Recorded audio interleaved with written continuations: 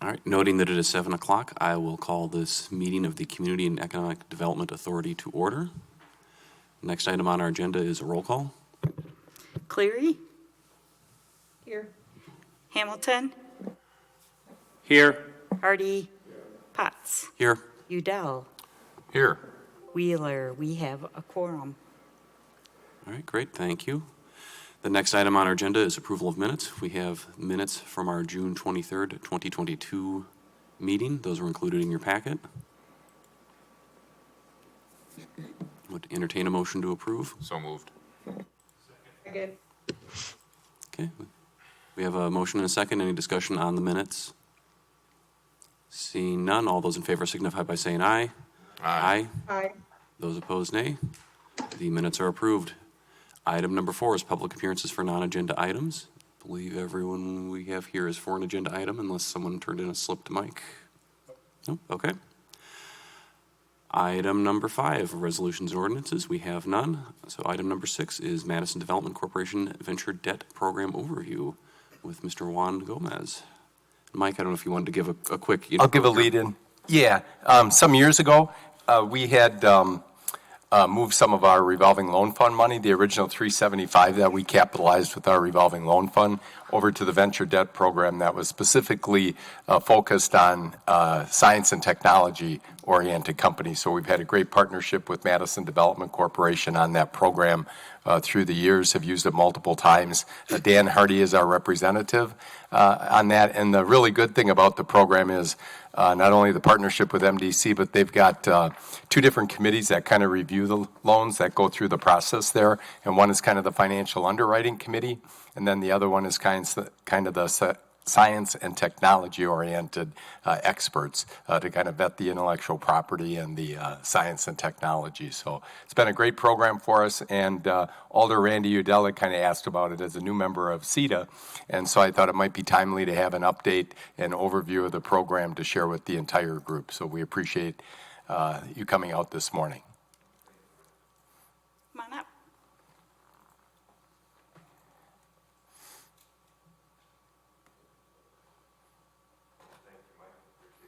Yeah. Certainly appreciate the partnership with the city of Fitchburg. It's been a great partnership with Madison Development Corporation. And as mentioned, even though we are Madison Development, we have a couple of programs that are geared towards companies in Dane County. One of those specifically, the Venture Debt Fund, which looks to fund companies that are in the tech space. So you may know many of these companies have yet to fully prove a concept, but there is potential for their technology, right? So a lot of these companies don't have many sources of funding, and the idea behind this program is that we provide the resources that are needed so that the company has sufficient capital, specifically non-dilutive capital, so they can make it to the next round. Just to provide a little background with startups, typically once a startup proves their concept, they start gearing up for sales. They'll have a seed series or a series A where the idea is to ramp up their sales. MDC looks to provide bridge financing that comes in post the series A or a seed series, so the company has enough runway to make it to the next round and in hopes that they can reach a liquidity event. We've had a couple of very good success stories, and I'd like to just kind of go over what we currently do. I mean, as we mentioned, Madison Development Corporation is not just based in Madison like the business loan program is. We also have the Housing Fund, the Venture Debt Fund, and the Dane Workforce Housing Fund, which Jillian will speak more of briefly. Next slide. This is the just to highlight what some of the structure that the Venture Debt Fund provides. So we provide capital for companies that already have some sales. We can finance up to $400,000 in non-dilutive capital, and by that I mean the company typically doesn't have to give up much of their equity as they would do with a typical venture capital investor. MDC does take warrants in the event that a company does have significant upward potential so that we may be able to purchase certain shares. We've had a couple of very good success stories with this particular structure. As I mentioned earlier, we come in after the initial seed series. What that allows us to do is to price the round and also sort of use the due diligence that private investors do, so that that does mitigate the risk to the fund slightly, because we've known that the company has received significant investment from the private sector, so that we can, private investors, so that the risk for our participants in the fund is mitigated. Next slide, please. Since the program started back in 2004, we've invested over $20 million in 56 companies, and have been able to create over, or support over 2,000 jobs in Dane County. Just wanted to also talk about the different program that we administer. There's a business loan program in the city of Madison it's also a program that works to create jobs in the city of Madison. Then that we also provide up to $200,000, which is, I believe, very similar to the program that you have here in the city of Fitchburg. Next slide, please. These are some of our other investors in the fund. Obviously, again, very much appreciate the investment by the city of Fitchburg. Middleton is also there, and we have a variety of community banks that participate in the fund, and also MG&E. So how this works, we have a commitment by the different investors that commit the capital to the fund. We find a deal in Dane County that has some potential, and as Mike mentioned earlier, we have a very rigorous due diligence process where the initial step, once we do obviously a screening over the telephone, make sure that it's a valid idea. We place it in front of a technical advisory committee. We evaluate any potential risks and ask questions directly to the founder. We evaluate their financials, pro forma, make sure they're reasonable, make sure that we can actually source the pipeline and tie the numbers together. If a company does seem to make sense, then we recommend it to the full investment committee, which is each participant there has a member. Next. And next, Jillian will be talking a little more about the Dane Workforce Housing Fund. Yeah, hi guys, my name's Jillian. So the Dane Workforce Housing Fund the idea came from the Economic Stability Council and the United Way. They recognized that there was a huge need for workforce housing for the missing middle, so people making 40 to 80% of the area median income, so our teachers, nursing aides, etc. They don't qualify for the traditional low-income housing, but they don't quite make enough to afford market rate rents in the Dane County either.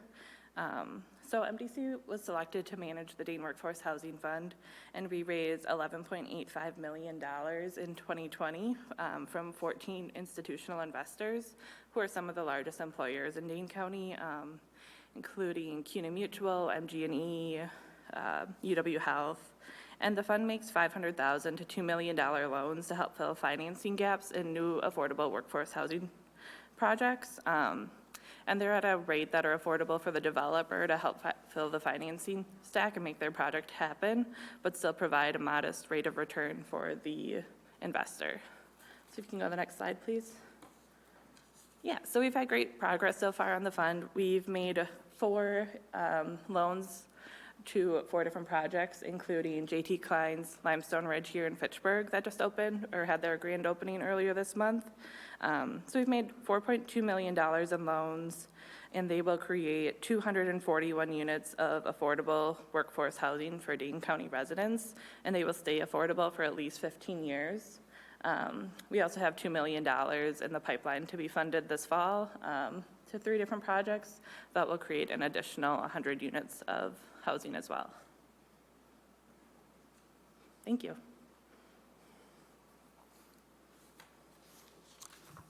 Okay, I guess we'll open it up to questions from CETA. Dan, do you have anything that you wanted to chime in on, kind of about venture debt and our experience? Fitchburg is limited to invest or its funds in projects that are cited in Fitchburg. There aren't many. I'd say maybe 1 in 15, 1 in 20 that come before the committee. And presently we have Platypus that has been approved, and we're waiting on their board of directors to get back to the committee with approval of a conversion privilege in the loan that we have approved. I said there are not many, but when they come, they are fully evaluated, and that's the greatest advantage I see is the committee has contacts in many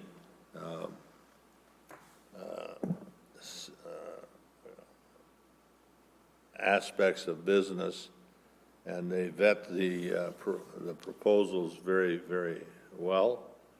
And so when it comes to the committee, we are fully advised as to the risks and likelihood of success of the projects. And the projects, it's just amazing. They range from just about everything you can imagine. Most of them are technology related.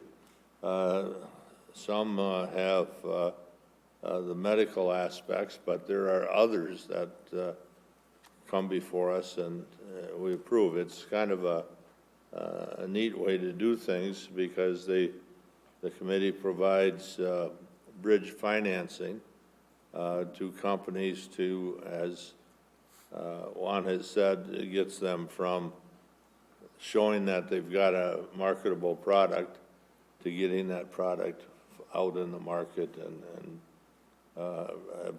have the opportunity to be recognized and succeed in the marketplace. So it's kind of a neat thing, and the employment follows, and it's just good that we were able to participate. Yeah, back in the day when we decided to participate, that was when we were establishing the Fitchburg Technology Campus here, and I had this crazy idea that we would go to the local banks here, add some money through tax increment district number 4, and then I happened to be sitting at a luncheon next to Frank Shanishevsky from Madison Development Corporation and was mentioning my idea to him, and he's like, Mike, he said, I'm looking at a similar thing at the regional level here, and of course was talking more significant dollars that could be available as far as the pool from various banks and Madison Gas and Electric, and then we chatted, and I'm like, well, I don't need to create our own program here. If there's one that we could partner with you on, and that's kind of when it all started many years ago. So it's been a really good collaboration and partnership, and has helped some great science and technology companies kind of grow and expand in Fitchburg. Thank you. Again, we very much appreciate the partnership, and as I mentioned, there aren't a lot of deals that are based in Fitchburg, but the companies that we funded has shown significant potential, including the one that we currently approved. We're waiting on the board of directors, but more detail to come on that once we get closer to potentially closing on this deal. Andy?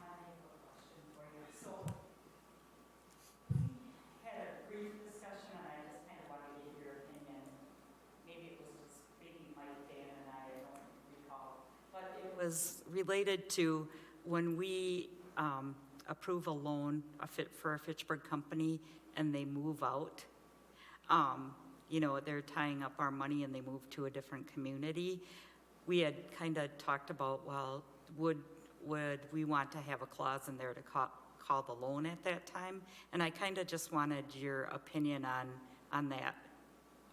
In my opinion, it would depend where the company relocates to. We don't have a carve-out in the contract that suggests that we would call a loan if a company relocates, because the main idea behind the fund is to support the company's growth.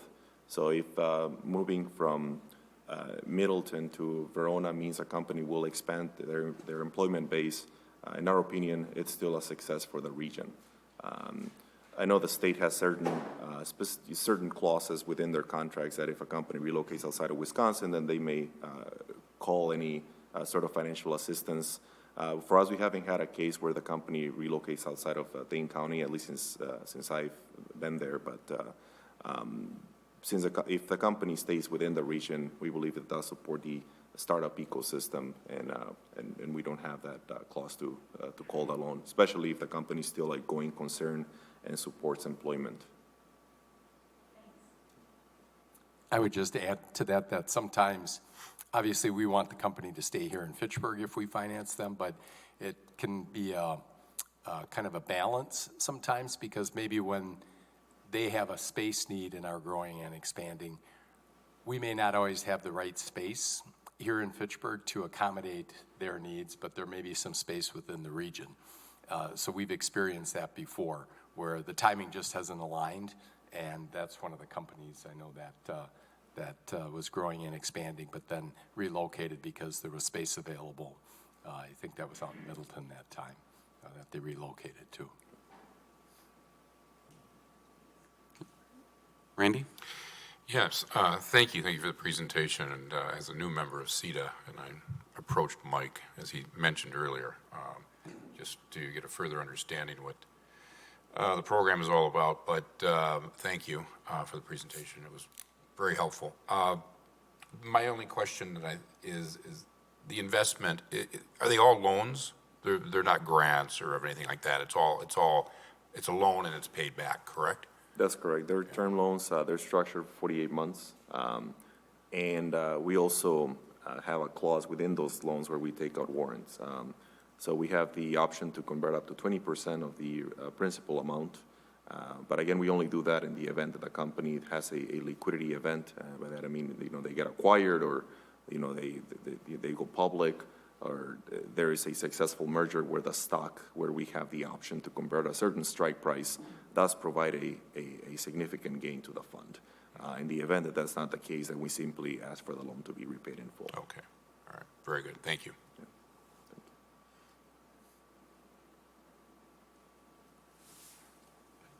Oh, Mike? I just had a question on the workforce housing fund there. How do you approach, project requests there? Is that kind of later in the deal, to kind of fill in some of the final gaps there? I know the one at Limestone Ridge had, quite a number of financing partners, and, is the kind of the capital stack and everything there. When does MDC kind of come in as we're working maybe with potential developers and partners and everything? When is it helpful for us to kind of refer them to you or set up a meeting with you? Yeah, so I think it's really helpful when we have a conversation before, right at the beginning of their project. We're kind of able to tell them about what we can offer.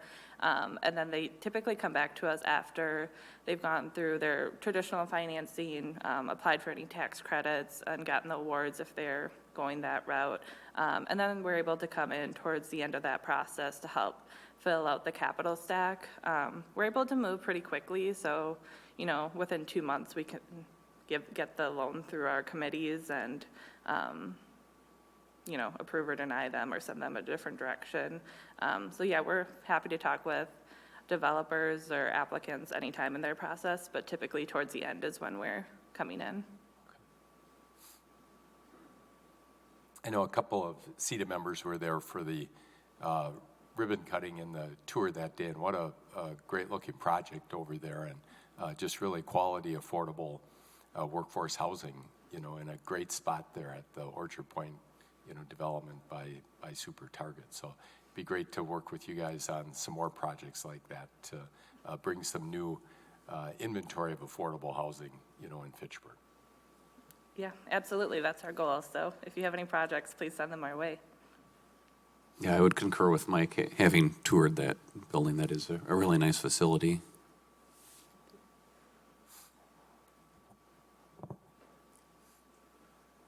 Okay, I guess if we have no further questions or comments. All right, thank you. Well, thanks Thanks for again. coming out and getting up early. Appreciate it. Yeah. Thank you. Thanks so much. Thank you. Thank you.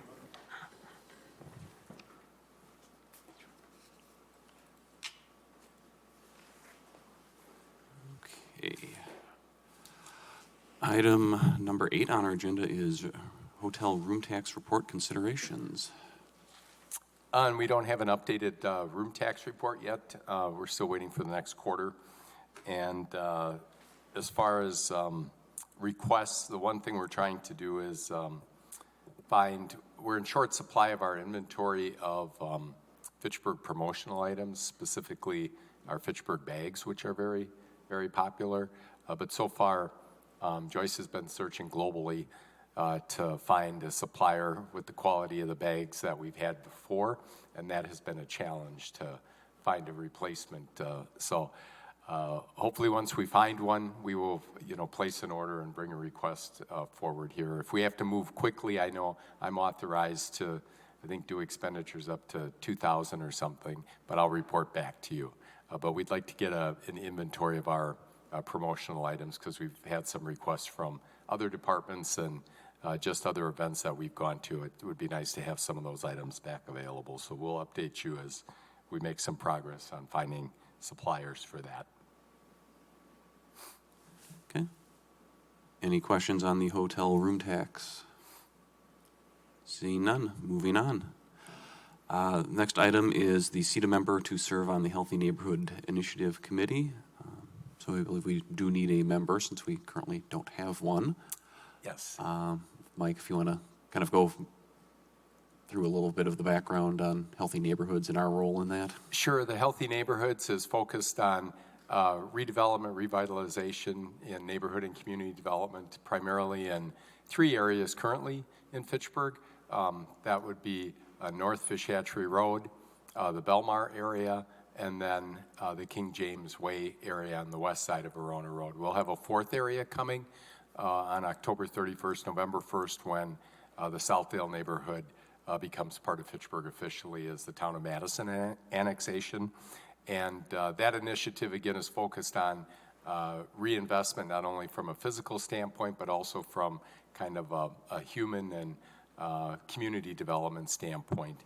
And you might remember that the grant program for H&I originally initiated and launched here in Fitchburg. And then it was kind of transitioned over to the planning department, and then with the establishment of the Healthy Neighborhoods Initiative Committee. So when that was established, it was decided by the policymakers to still have that kind of connection to CETA, because we are not only the Economic Development Authority, but we also are the Housing Authority and the Redevelopment Authority for the city by state statute.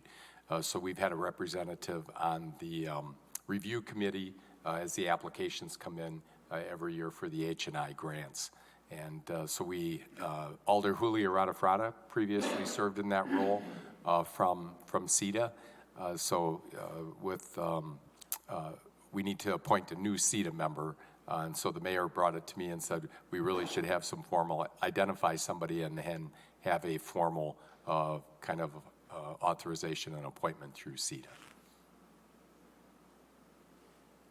Okay. Is there any discussion on any interest from the CETA members for serving on the Healthy Neighborhood Initiative Committee?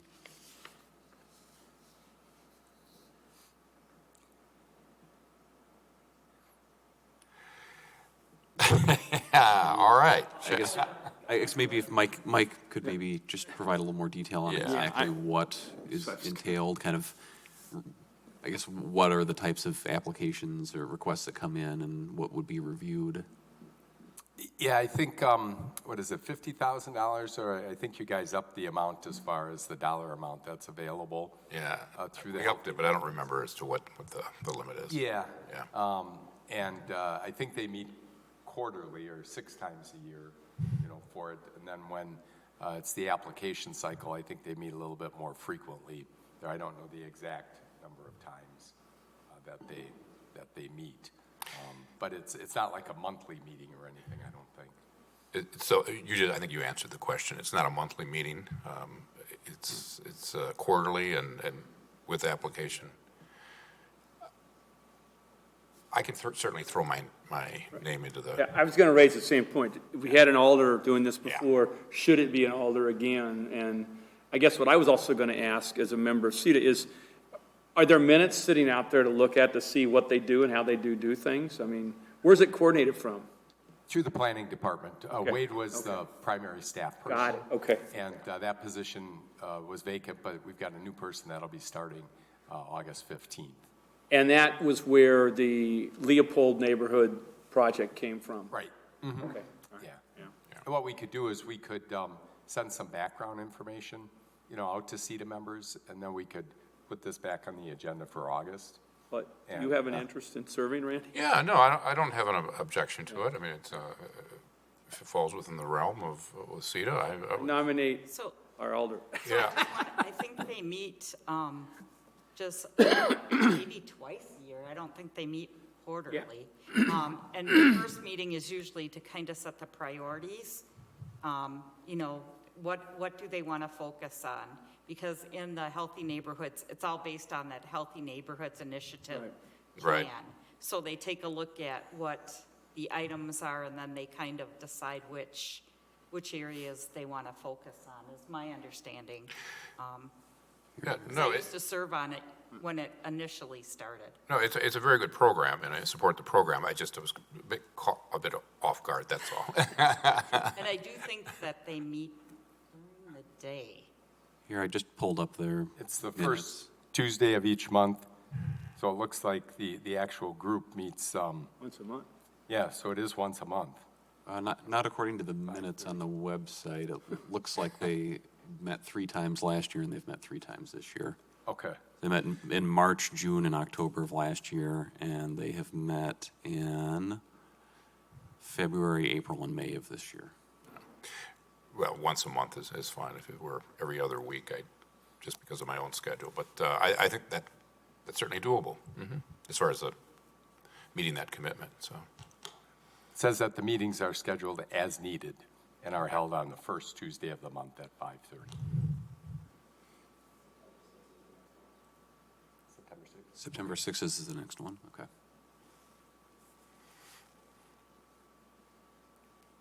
So is that official then?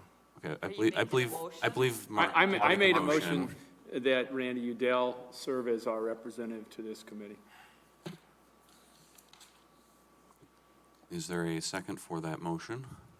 I will second that. Thank you. Any discussion on the motion? All those in favor signify by saying aye. Aye. Aye. Congratulations, Thanks, Randy. Yeah, no, you're welcome. My pleasure.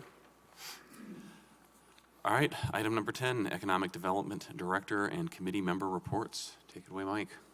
Sure, a couple of updates for you. We're continuing to progress TID 14 through the approval process. This is for the Hartung property, where Sarah Investments is working with Hartung Brothers to create or to develop about 120 of the 160 acres of their property. The remaining 40 acres would continue the Hartung operation at that site. But they're working their way through the Plan Development District SIP process now, and then we're on the same path there with TID number 14. So the council approved it on Tuesday night, and next up will be on Wednesday, August 10th. The Joint Review Board will take that up. As you might remember, we were over the 12% equalized value as far as the percentage of property that Fitchburg can have in TID districts.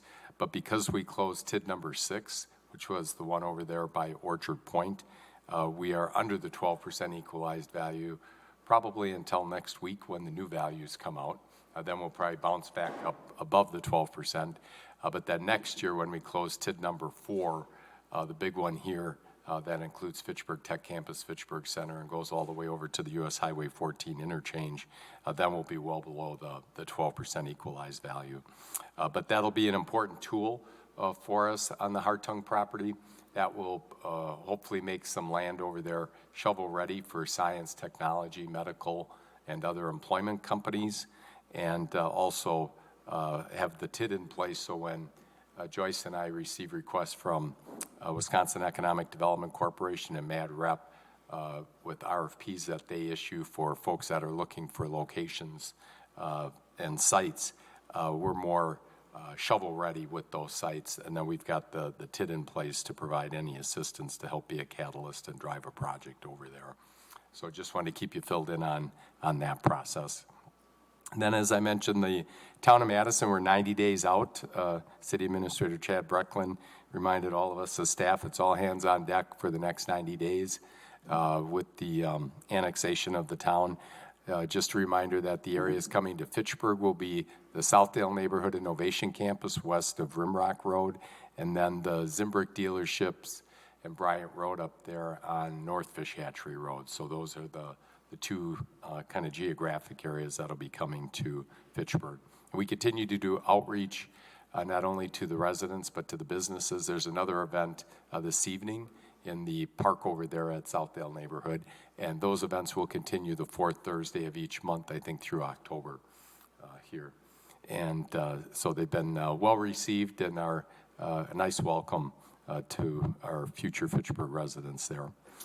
On the B-Cycle project, a team of people were out yesterday looking at the various sites for phase one. And you might remember there's probably going to be 6 stations in the launch phase. And then there will be an expansion of that, hopefully in 2023 with some grant dollars that we're hoping to secure there.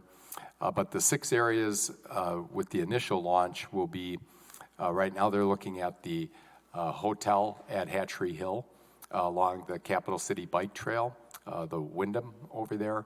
They're also looking at they'll probably break up that station so it's not just all in one location. There'll probably be a set of docks there in the Hatchery Hill Park by kind of between Group Health Cooperative and Thirsty Goat. So that way we get kind of 2 bases covered. So that really counts as one of the 6 stations together there. There will be one at McKee Farms Park, another one down here at the Agora. So that's number 3. Then we've got the Limerick, the new affordable senior and family housing, which will be opening on September 1st over to the east here at Sain Road and Lacey Road. And then over in Terra Vesa, the neighborhood on the east side of Highway 14 and MM. So that's 5. The 6th station was planned to be on the west side of Verona Road over by the Staybridge Suites. And part of that was at our request because the source of our $50,000 in funds is coming from room tax dollars initially. And but the feedback and input I got back yesterday from the group that met on site is they're not sure that site necessarily works the best from a connectivity standpoint to more of the bike infrastructure in the city and the network. They think it's a little isolated over there as far as how do you get to the bike trails, and there's not really a good route, and we don't necessarily want to have people crossing Verona Road, on McKee Road there. So they're going to do a little bit more evaluation. I've already mentioned it to Mark and some other folks to see if they can take a look at it too.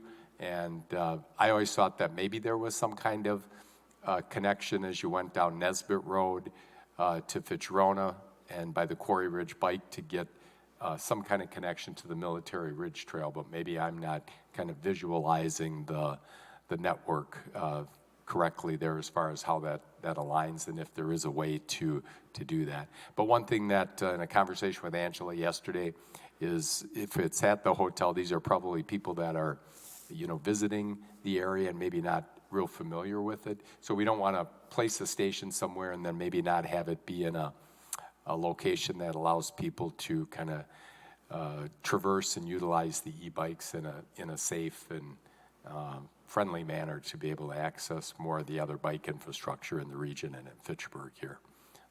So I just wanted to give you a heads up on that we may need to give them some flexibility as far as where we would place that 6th station there as they kind of look for the launch of the initial network. And then there may be some adjustments going forward as we get to phase 2 and as we see where is ridership and as pieces of our bike infrastructure continue to fill in.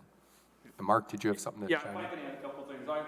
I'm going to go over there next week on my bicycle trying to get a feel for how the traffic does indeed flow over there. And everything Mike has said is true.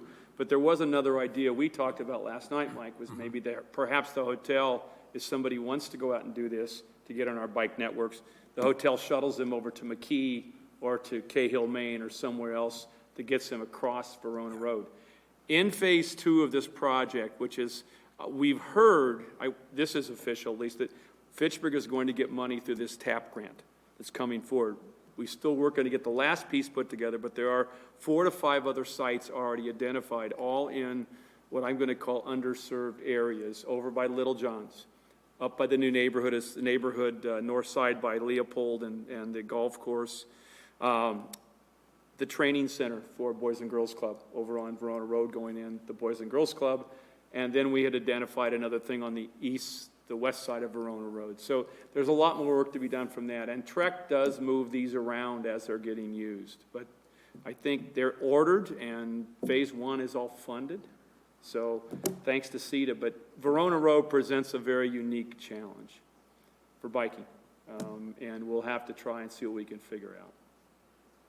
And the launch, Mark, hopefully, I know it's contingent upon when the equipment arrives, but I think they're thinking maybe September? Yeah, that's what they've been saying. But again, Joyce was talking about having trouble finding bags. It's a supply chain issue, what's going on. It's getting the equipment in here, so. I was just going to mention that I did the Ride with Shine event last week, and while we were kind of out on that 13-mile loop, saw multiple B-cycle bikes coming through. So, just kind of to reiterate the point, they are already in Fitchburg, even though we don't have any stations. So I'd be really curious to see what happens when we actually have stations here. You might remember when B-Cycle, Helen and Mackenzie did a presentation to this group, previously when we were deciding on the funding for that. Their heat maps were showing already pretty good traffic through Fitchburg once they kind of went to the e-bikes and everything. So it's a real opportunity for us, and I think once we get the bikes out there, it's going to be popular, and then hopefully that leads to more interest for phase 2. And the other opportunity in phase 2 is going to be around where Hop House and the Badger State Trail is, which may be even easier for the hotel on that west side of Verona Road to get patrons there.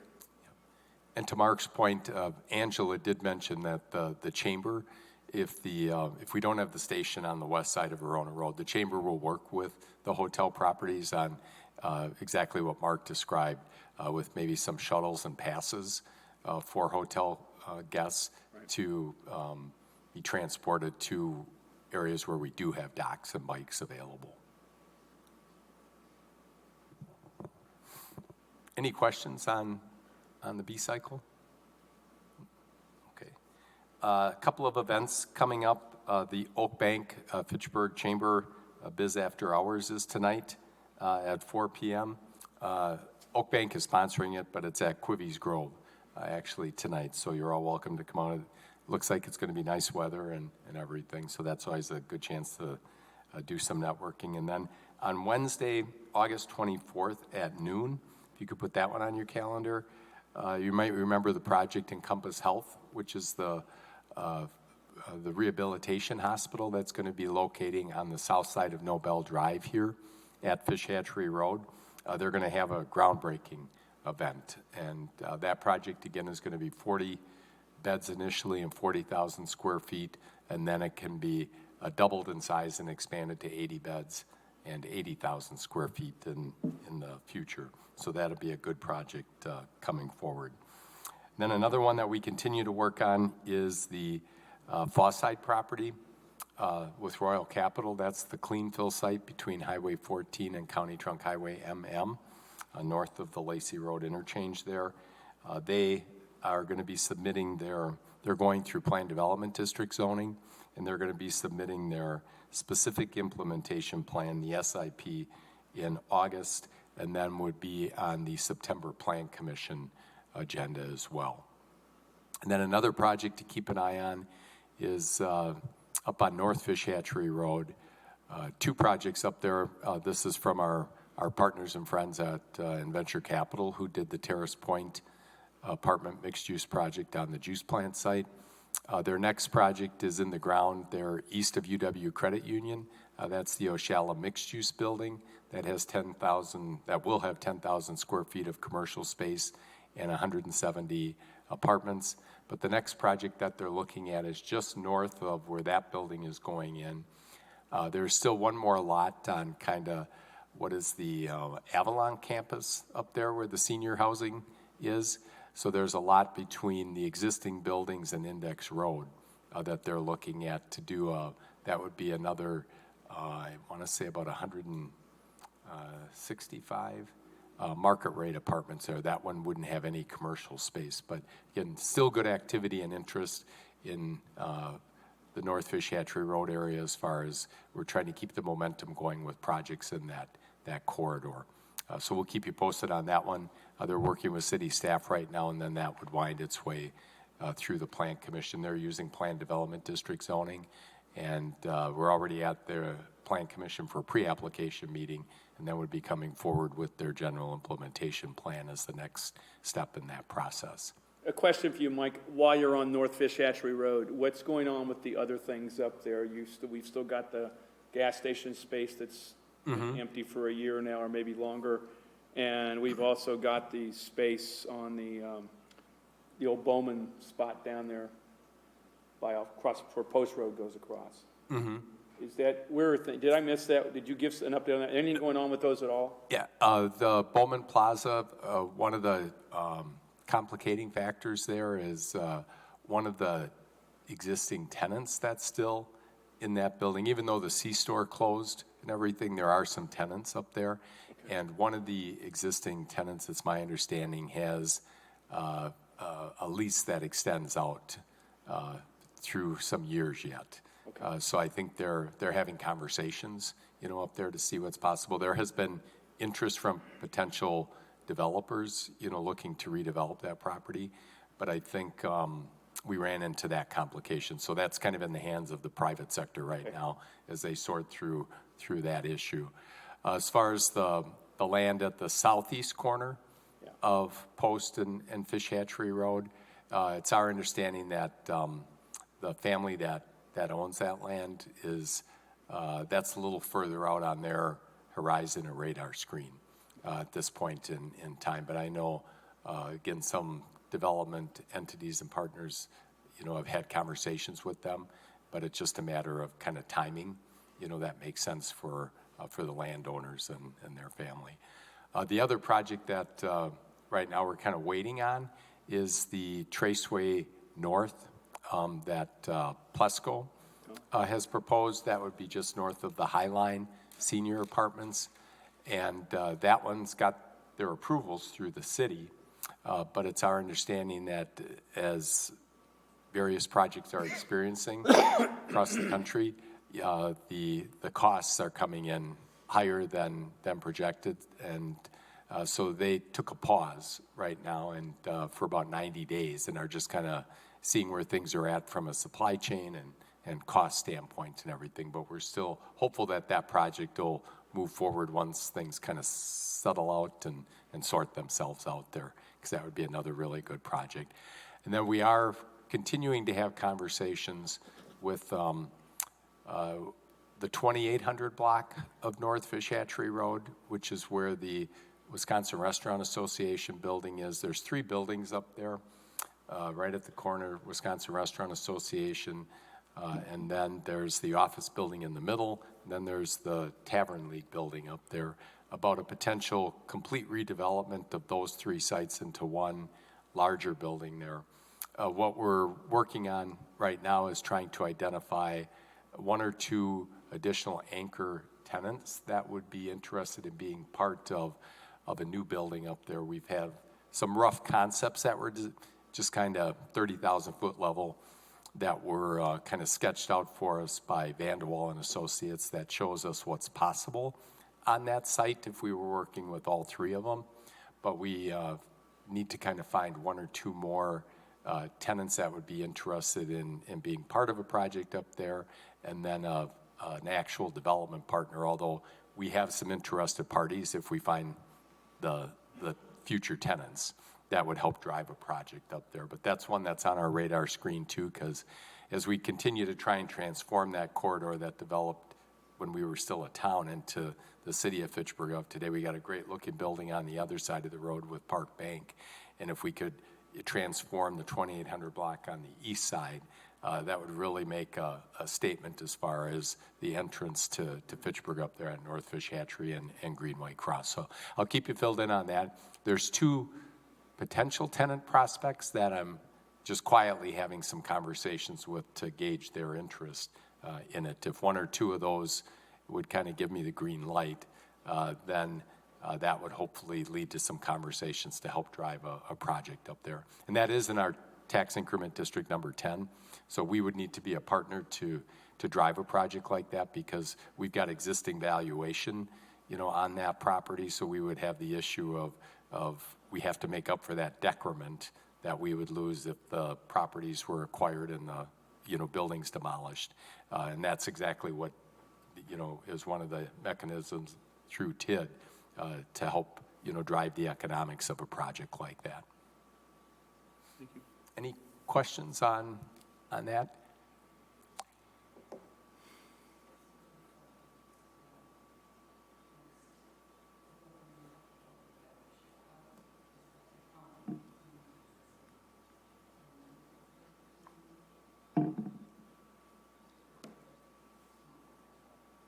Oh, Joyce is asking the question on the next project that Mike and Ned are looking to do on the Avalon property there. There's current plan development district zoning on that property, but Mike and Ned are going through a new PDD process because what they're proposing has more density than what was proposed in the current PDD GIP for that property for Avalon.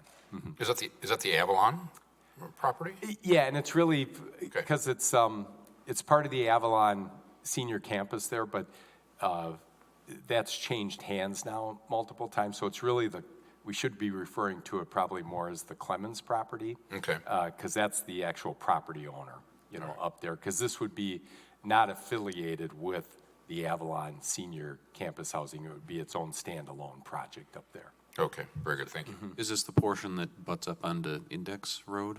Yep. Okay. Yeah.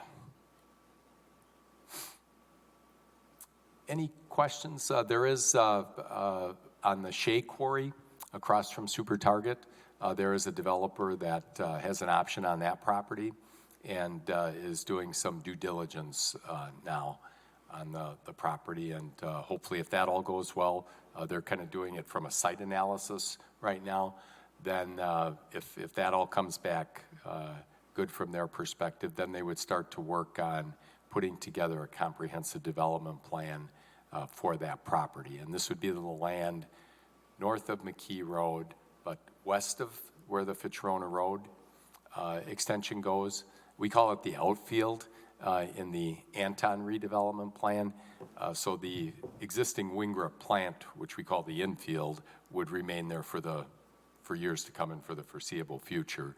But this development entity, as they do their due diligence, hopefully they'll start working on a comprehensive development plan for that outfield that is west and north and then wraps around. How many acres is that? I want to say it's like 30 some acres. Okay. Yeah. Mm-hmm. And what we've had some initial conversations with them, and once they progress further along, they would do some outreach to, there's a pretty active neighborhood association over there, Jamestown Neighborhood Association. Then they would also reach out to the alders that represent that area as well to engage in conversations. But we'd really like to see something. You might remember that was where Myers was going to locate, and we were well down the road with their proposal and comprehensive development plan. And then at the end of 2020 was when they withdrew their proposal. They also withdrew their proposal in Sun Prairie too, so they kind of, I think, reevaluated entering the greater Madison-Dane County market at that time.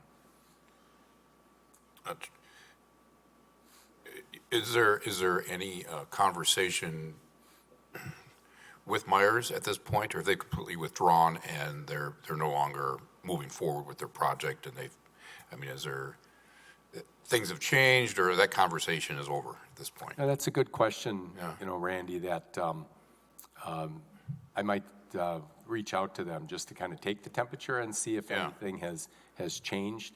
I have somebody that was working on the Sun Prairie proposal, which was a different developer than the one that was working on the Fitchburg one. Hasn't indicated that anything's changed, but it might be helpful for me just to reach out to them directly, just to take the temperature. Yeah, you that's know, a good on way it to and- phrase it, and the just temperature, and just to let them know that we are still interested, or at least some of us are still interested, that they would consider that property.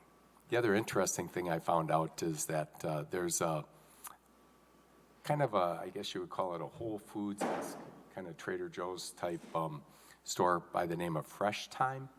If you've ever heard of that, there's one in downtown Milwaukee, kind of in the River District there, and it's on the first floor of a mixed-use multi-story building. And I've been there a couple of times when I visited some friends in Milwaukee, and I thought that that would always be a good fit for Fitchburg. And unbeknownst to me, that is owned by Myers. That's another kind of grocery entity that is part of their portfolio, everything. So I think it might be good to do some outreach to them on a couple of fronts there and see if even if there would be any interest on bringing, that one of the locations of that product to Fitchburg as well. Good. And then the other one that we continue to just kind of take the temperature on is the iHeart property. Here is still listed and for sale, and we've had a couple of different development prospects approach us about it, but that one is a little more complicated too, because right now in the future land use plan, it's identified as low density residential. From a real estate perspective, it has a higher and better use potential, but we also know that it intersects kind of three different neighborhoods there to the north of Lacey Road, the neighborhoods to the south and west that are adjacent to it, and then the ones on the east side of Fish Hatchery Road. So we're just kind of waiting to see if there's a development entity or a partner that would come through with kind of a proposal that we could build support for that would be higher density than the low density residential that's currently on the site, but that wouldn't completely overwhelm the site either. When they first listed it out there, it was really priced at, I was getting calls from multifamily developers all across the country, when they saw that property wanting to put down hundreds of units of multifamily rental, and that just is a non-starter here. So it's a matter of seeing if we can work with somebody to come up with kind of more of a medium density, maybe mixed use that kind of transitions from maybe some higher density that would front the retention pond there, and then it would transition down in density as you kind of head south and to the west to the existing neighborhoods. But then maybe that it would also transition not only in density, but it would transition from a rental product closer to the pond to more ownership product as you get to the existing neighborhoods, and then would be more complementary in scale as well for it. So it'll be a site to kind of be creative if we can find the right developer to figure out something that can work for them from an economic standpoint, but also for the community and the neighborhoods to bring something forward. So I'll keep you posted on that as there are conversations or we have interested parties.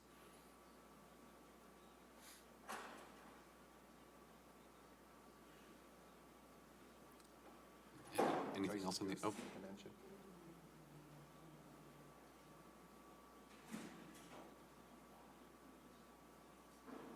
Oh, okay, yeah. Isomark, which is a science and technology company located at the Seminole Office Center. Joyce and I were kind of networking with them at the Wisconsin Entrepreneurs Conference when we were in Milwaukee.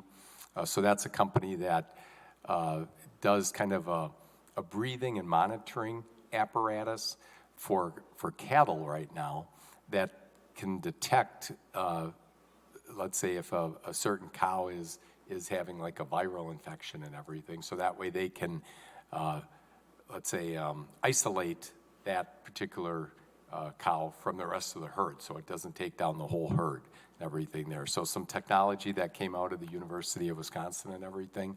And, but we've been working with them because they're looking to get some financing through a program at the USDA. And as part of that, they need to be in kind of a rural designated zone area there. And currently, where they're located doesn't fall into one of those zones, but Joyce and I creatively, as we looked at the map for one of those rural designated areas, we've come up with 3 or 4 potential options for them. So we're going to continue to work with them to see if we can find the right spot for them, so that way they can access some of this capital and financing through them. And then they've also got some strategic partnerships with some other companies that could provide some additional opportunities as we continue to work with them. But one of those, again, smaller science and tech companies that's just quietly located here in Fitchburg. And in this situation, our urban and rural, is an advantage, for us there, because we do have some areas that fall within that rural designated zone.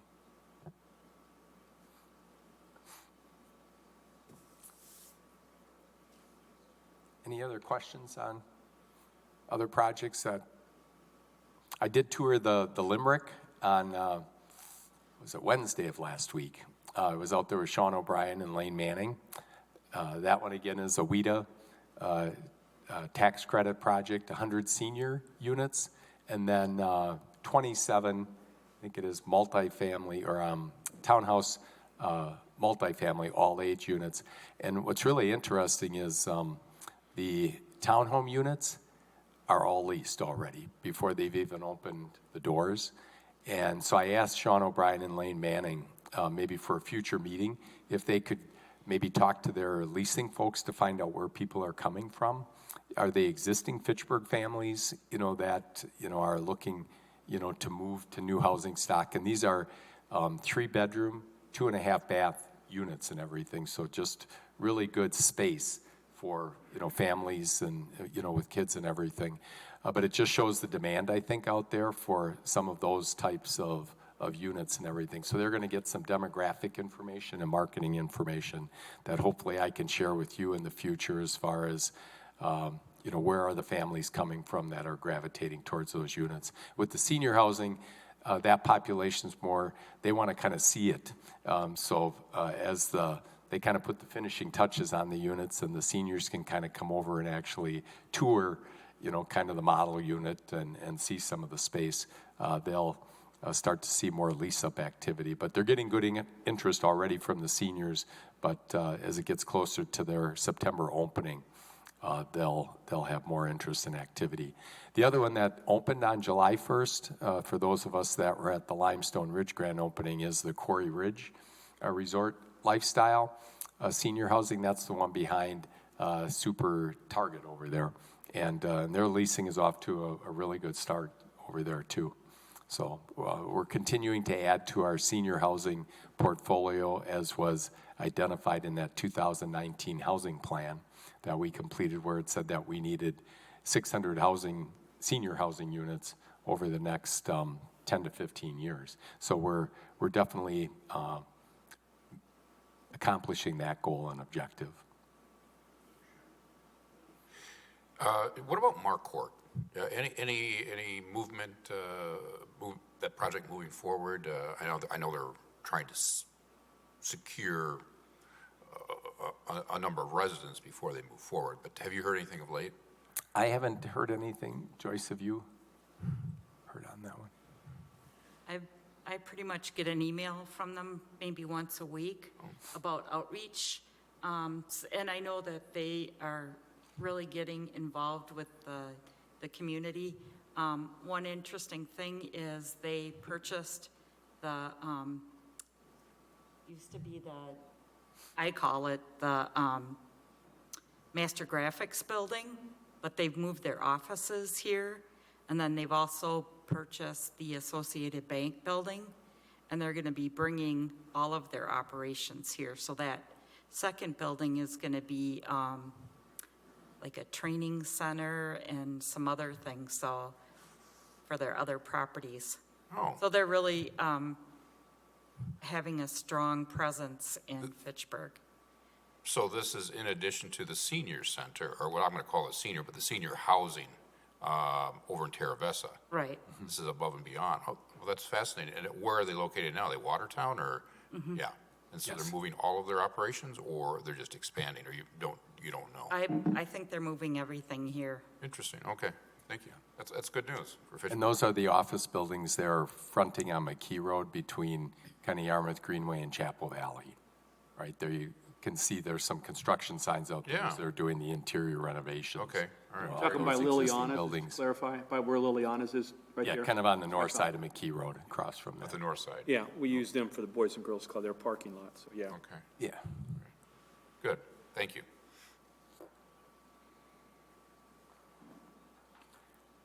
All right, if there are no further questions for Mike on his updates, we can continue on with the 2023 CETA and Economic Development Budget Submittal. Oh, you had one more? Or? No, we were just, so we got, our budgets were due on Tuesday of this week, our proposed budgets. So I've got a couple of sheets for you, and Jennifer, I emailed them to you, so you should have them in front of you there. So we'll go through the first one, which is our traditional, if you look at it, it says Community and Economic Development, and then it's got the number 15670 on it. So if you look at that sheet at the top there, that's kind of our, when we first started this position in economic development here, this is our basically traditional line item. And this doesn't change much every year because this is funded through the general revenue fund. So the first one there under 140 are just the per diems for this committee. Then we've got some software in 245, our office supplies and postage there at 1,350, some publications, dues and subscriptions, a few of the conferences that we go to that are economic development, mileage, and then marketing.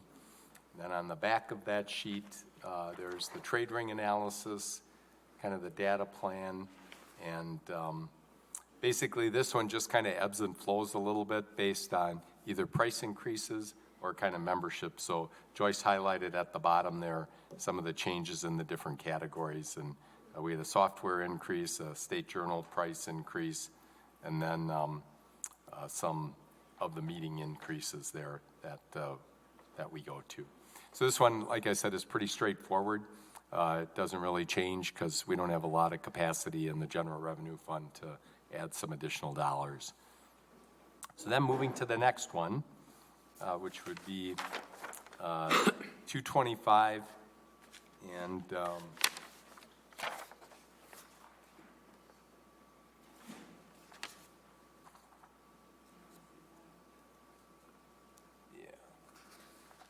5610 there, and this is the room tax based budget. So this one ebbs and flows based on the revenue projection for room tax.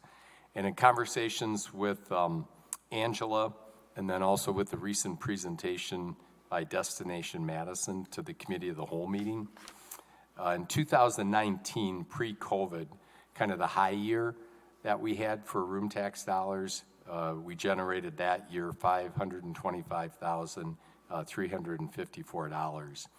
This year in 2022, we went with a projection of 70% of that number for room tax, and that was, we're projecting 367.7. Based on conversations with Angela and then with what we heard from Destination Madison, we're thinking we're going to go with 80% for 2023.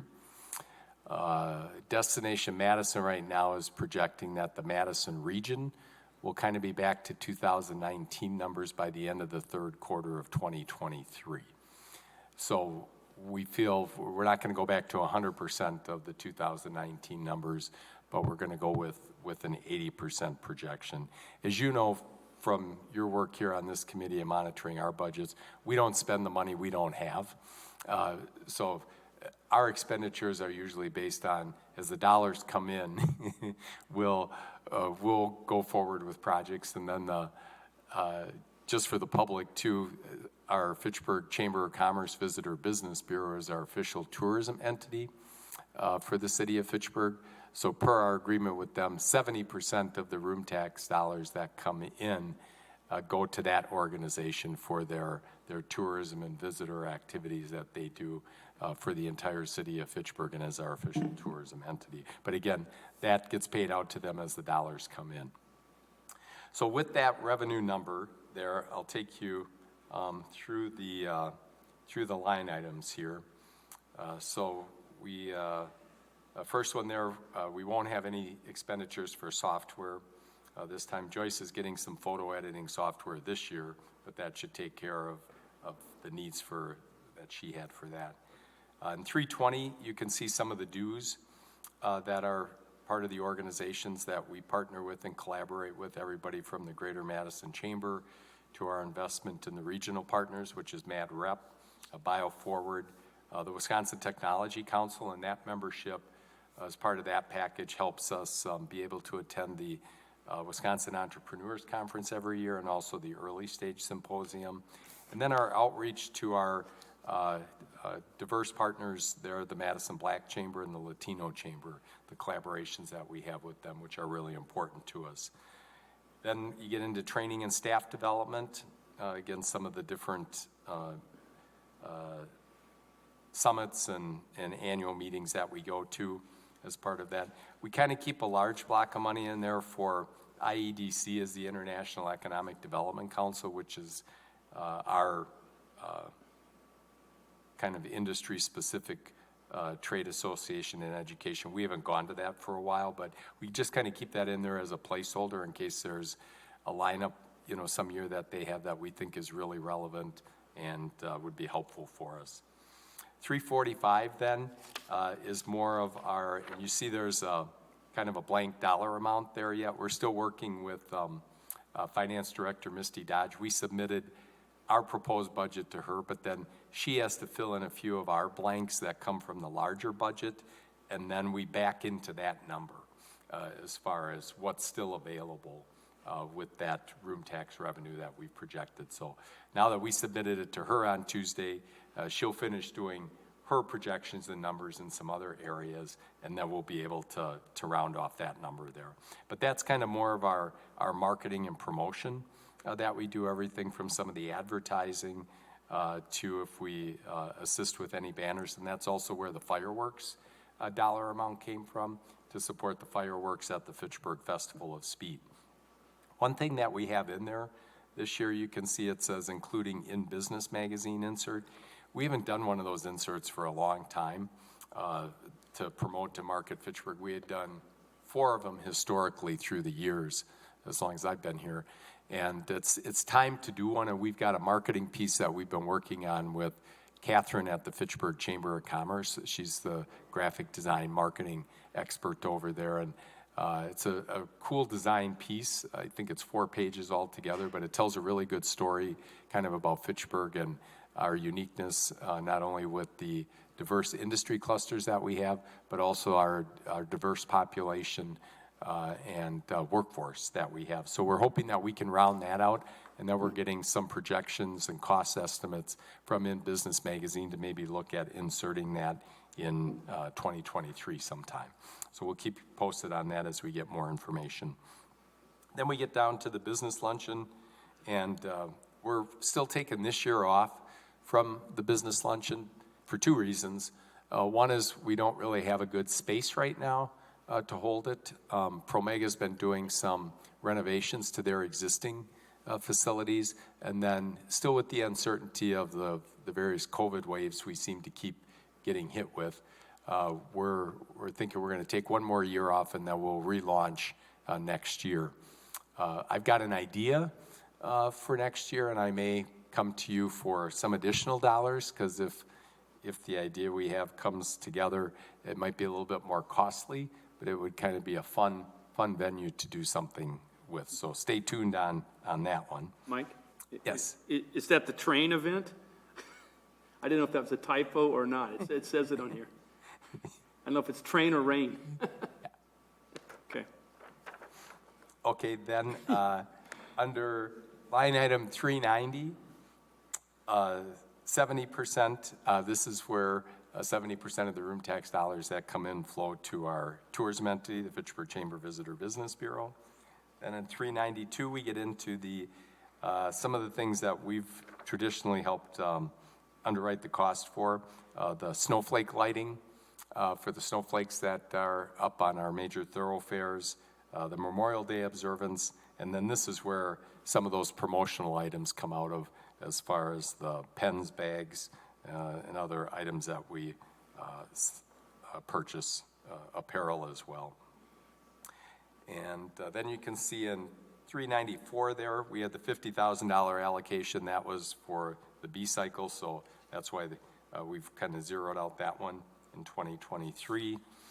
And then on the back is a technology header package for our website.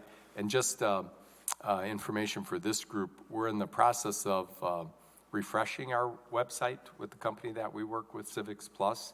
And so next week, we're going to see internally here kind of the look of the refreshed website. And then hopefully the launch of that to the public will either happen in August, or if it needs a little bit more tweaking after we all kind of review it across all departments here, it might be later in September and early October, I think is what they're projecting. Then the last one is just some, and these are some of the transfers that Misty has to do, and then that'll help us fill in that number that's above there. And it's just for some of the salary allocation of Joyce and my salary that's allocated more from a marketing perspective. And then we also, as the room tax dollars come in, the net that CETA oversees is 93% of the revenue. So 7% off the top stays in-house and goes to the finance department for their administration and finance and accounting of the room tax dollars. So we've been showing that number before, and Joyce had suggested that, we should have that out there so people kind of know that, we're working with the 93% of the revenue that we're projecting, because that number there kind of comes off the top and helps to finance those things through the finance department, who are great partners for us as far as working on the hotel room tax report and all the expenditures that we're already processing and kind of helping us project things out. So we very much appreciate Misty and her team's assistance as we work together on those kind of things. Then at the bottom there, you can just see kind of what some of the increases, were there based on the revenue that we're projecting there. So any questions on the room tax? Again, this one ebbs and flows depending on the revenue that comes in there, and we'll adjust accordingly for it going forward there. Then the next one is the 226. Now we're moving to housing here. So this one here, we've got two different categories here. There's the affordable housing and then just kind of the general housing budget. So on the front page there, you can see under 226-5610, what we decided to put in for this year, we're continuing to work on the rent-to-own townhome project with H&A, and we're in the second phase of that with Mike Harrigan and Steve Affelbach from H&A. Right now, we're checking in with city administration on that one because of some of the economic changes there and the cost of construction and the cost of money, with the interest rate increases. We've been working with Mike and Steve to kind of update their model to see, does that program still make sense in this environment? And then we're kind of talking through some of the internal processes, here. So we'll keep you posted on that one. But, one of the other major priorities that was identified in the 2019 housing plan, in addition to ownership, in addition to the need for senior housing, another really important third track was, as we have some of the TID for housing money coming, so this year with closure of TID number 6, we have $2.67 million going into our affordable housing fund that we were kind of targeting for that rent-to-own ownership kind of program. In 2023, when TID 4 closes, there will be another $5 million, and that, I think, emphasizes the importance that the benefits of TIDs live beyond when their district closes out there with this provision that we can use TIF for housing. So with the 5 million, Joyce and I have talked that one of the other priorities in the housing plan was how do we work to renovate, revitalize, or maybe in some cases where it makes sense, completely redevelop some of that older multifamily housing stock that developed, back in the 70s and 80s and really when Fitchburg was still a town. And how do we work through that to not only, again, renovate, revitalize, and redevelop, but how do we also still maintain that affordability? Because that housing stock that we just met with a group yesterday, and I think they called it naturally evolving affordable housing. So it's not through a WEDA tax credit program. It's just kind of by its age and natural evolution of it, it's become, good affordable housing for people, but maybe it needs to be renovated, both internally and also some structural things, maybe some, updated amenities that would be added to it. So we put in 25,000 both in the affordable housing line item for professional services and then 25,000 in the general housing with the idea that we would look to engage with maybe a consulting firm, again, that would help us work with this group and also the housing advisory and then finance and council on how should we utilize those dollars that are coming in? What are the needs out there to drive that revitalization, renovation, and redevelopment? And then kind of, if we come up with some ideas and strategies that we think make sense, what is kind of that ratio? Is it for every dollar that the private sector and property owners kick in, would we have a ratio or something like that? Or would there be some line item in particular for, I think, a priority and need that we've talked about? And I know it came up when the group at Royal Capital applied for WEDA tax credits to completely renovate the Maple Lawn Apartments up there off of Greenway Cross and Egaman.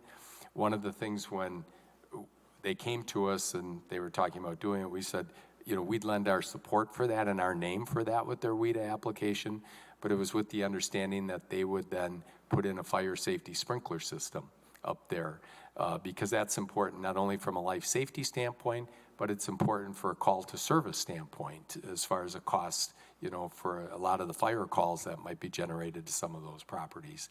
And they came up with a more cost-effective way to do it. Instead of going behind the walls and the studs and everything there, they did a soffit at where the wall and the ceiling come together, and they did a soffit there and ran the pipes, through, and that was how they were able to do that one more cost-effectively. So should there be a bucket of money that would encourage, people that have some of those older multifamily properties, because they're not necessarily going to get a return on investment, on that. It's not like you put in the fire safety sprinkler system and then you say, well, we're going to increase your monthly rent because we've added that to the property or anything. But then we want to also try and encourage them to look at those renovations to the units to bring them more up to the current look of standards and amenities. So everything from, maybe new kitchens and bathrooms and carpet and, maybe security systems. That would be important not only for the residents, but for the property owners. So stay tuned on that, but that's why we have those line items in there, because that was a priority identified in the housing plan. And we've got a significant number of those older multifamily units that we need to kind of focus and come up with some strategies of how do we ensure that it is quality, affordable housing, and then how does it maintain that affordability also going forward. So any questions on that? And that's why those line items are in there. And that kind of rounds out our budget. We'll be presenting it to city administration in a couple of weeks, and then we've got meetings with the mayor. And this is just proposed at this point in time from us, so there might be changes and adjustments as we work our way through the city process. And then on Tuesday night of this week, and maybe Randy can report on this, there was an adopted CIP, but that too can change through the budget process, but right now it's at least, we've got one that's out there, I think, from Tuesday night's council meeting. Nothing further, I don't think. Okay. We have a CIP and adopted and moving forward. Yeah. Yeah, and it was, 10 amendments were presented, and a number of them were accepted, some were withdrawn, some failed. I just don't know the actual total numbers, but, yeah, so we're moving forward in that process. And the other big piece that's out there, people have received their assessments out there. So one thing, they're fairly healthy increases there. I think 17% for residential, I think 25% for commercial, and 19.5% overall. But just for everybody's information, that covers actually a 2-year period there, because the previous year was a maintenance year where we didn't do a revaluation.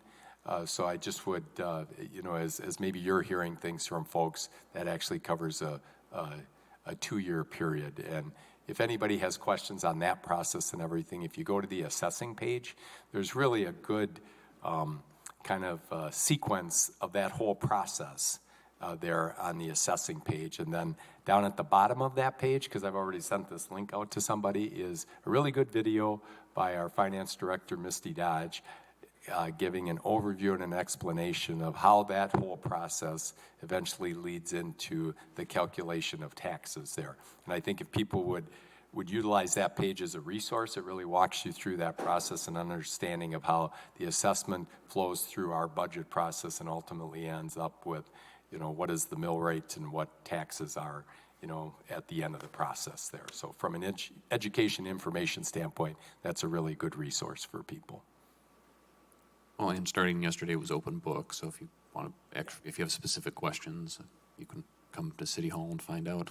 Yep, and definitely we've got a great assessing staff there. They're happy to meet with people, take phone calls, answer questions, provide information, and data too, because their analysis is definitely very data driven and based on sales comps and those kind of things. So they've got a wealth of information and data and statistics out there. Excuse me.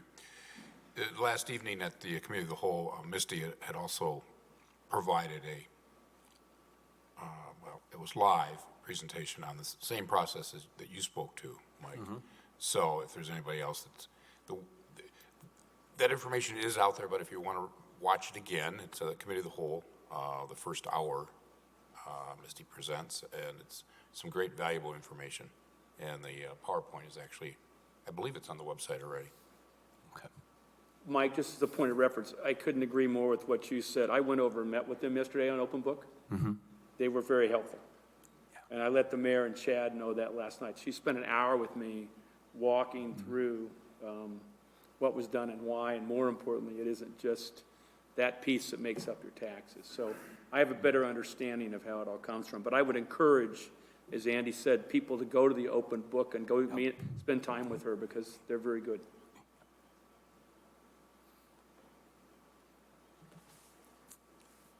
You have anything else, Joyce? Anything further? I just have one quick ask of everyone. When I send out appointments for different events, if you could please just respond to me, I would really appreciate it. I'm getting, and just either accept, deny, or tentative. I'm getting more and more requests from event planners to know how many people are coming and also who's coming. So it would be really helpful if you could just click that little button when you get the appointment. I have a way to track who's done what. And I actually, for the Encompass Health, they've asked to know who's going to be there. So it helps me. I know you guys are all very, very good at it. But it's just a quick reminder, and I'll be sending it out to the same request to staff today too. So just a reminder. All right, thank you. Were there any other announcements? Seeing none, we can move on to item number 13, adjournment. Is there a motion to adjourn? So moved. Second. Second. We have a motion and I think Mark just barely beat you. So we have a motion and a second. All those in favor signify by saying aye. Aye. Aye. Aye. Those opposed, nay. We are adjourned.